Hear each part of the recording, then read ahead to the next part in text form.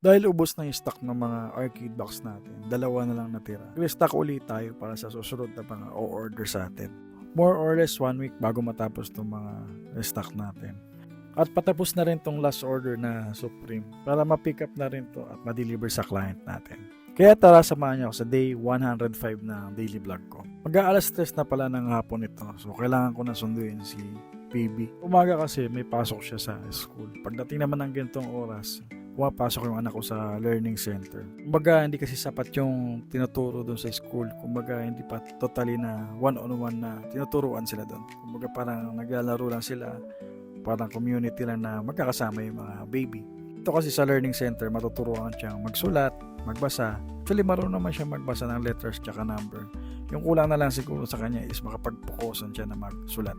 At pagbalik ko, natapos na pala itong Supreme na pinapagawa ko kay bro. Ayan, tinetesting na lang at tinadouble check. Dahil papunta na rin ako ng gym pagkatapos nito. Para make sure yung unit is okay bago namin ipa-deliver kay client. Napapansin ko na rin pala sa sarili ko na meron palang pagbabago sa ginagawa ko talaga. Akala ko nga habang buhay na ako mataba at unhealthy tong katawan ko. Pero na-realize ko na tama nga talaga sila. Kailangan mo lang ang tiwala sa sarili mo. Consistent dun sa workout mo. Kasi 5 months na rin ako nag-workout. Kalain ko yun na, kinaya ko yun at medyo tamad talaga ako minsan magagalaw. Pero ngayon, medyo magaan na ako sa pakiramdam at pagkilos ko.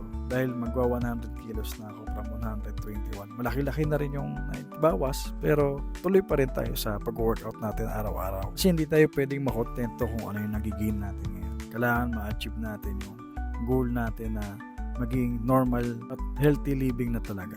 Pero may mga pagsubok talaga na minsan. Siyempre may mga event, may kainan, party, may mga ganang pagkakataon, pero babawiin mo na lang talaga sa ibang araw. At dahil patapos na rin ako mag-gym, kinabukasan nga pala kailangan ko bumalik dito sa shed para pag-usapan namin yung damage dito sa nangyari sa aking back. Medyo masakit-sakit din yung mga gastusin at marami pang gagawin sa back job repair na ginawa nila. Minsan ganoon talaga, hindi maiwasan pagka nagpapayos ka ng sasakyan. At umalis na rin kami doon, pumunta naman kami dito kay mama dahil magba-Valentine's na. Dinaan muna namin si mama at dinalhan ng mga bulaklak. Hindi rin kami nakapunta kay mama nakaraan kasi wala kami sasakyan na gagamitin. Nasa under repair pa. At tamang-tama pagpunta namin dito ay madumi na talaga yung libingan ni mama.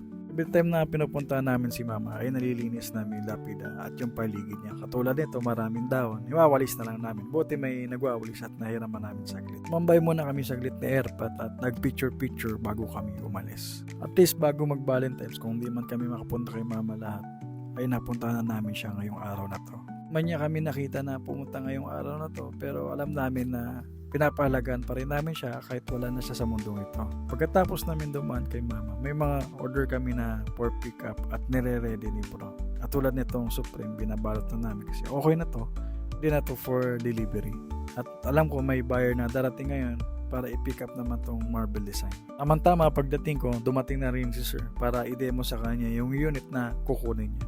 Matagal na siyang nag-chat sa akin na reserve tong unit. Gamitin daw niya kasi pang business. Siyempre kailangan lang natin ituro sa kanya yung mga technical na gagawin dito bago i-set up doon sa mismo bahay nila or business na paglalagay niya. Medyo malayo-layo pa yung biyahe nila from Las Piñas sila at pinick up nila tong unit dito sa akin sa Montalban. Ito yung mga kabilog, open din tayo for pick up or visit kung gusto yung makita yung mga actual unit natin para malaman nyo rin na legit din yung ginagawa ko at business namin. Sa panahon ngayon maraming scammers sa online.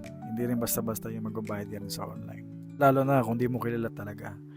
At ito, check ko yung mga ginagawa ng mga tropa natin. Meron na rin mga natatapos na unit at box. Iilan na lang din yung a-assemblein. Habang gumagawa naman sila, busy naman sila Kuya Cocaine at si Airpat dito sa pag-aayos ng pal sa harap. Kasi alam ko 5 years na rin yung bulok-bulok na at butas-butas na rin. Kaya naisipan kong palitan ng bago at mukhang malinis na uli yung harap ng bahay namin. Laking tulong ito para hindi tayo basta mainitan sa loob ng bahay. At dumating na rin pala yung pick-up na dalawang unit natin, itong Supreme tsaka yung LCT. Alam ko medyo malayo-layo rin yung pagdadala nito kasi papunta pa to ng tracking, papunta ng ibang isla. Katapos nga nito ay dediretso na kami ng gym. Dahil walang pasok ngayon si Bunso, ay makakasama siya sa akin sa pag-workout. Tungkot nga lang, hindi nga lang namin na-record yung pag-warm up namin.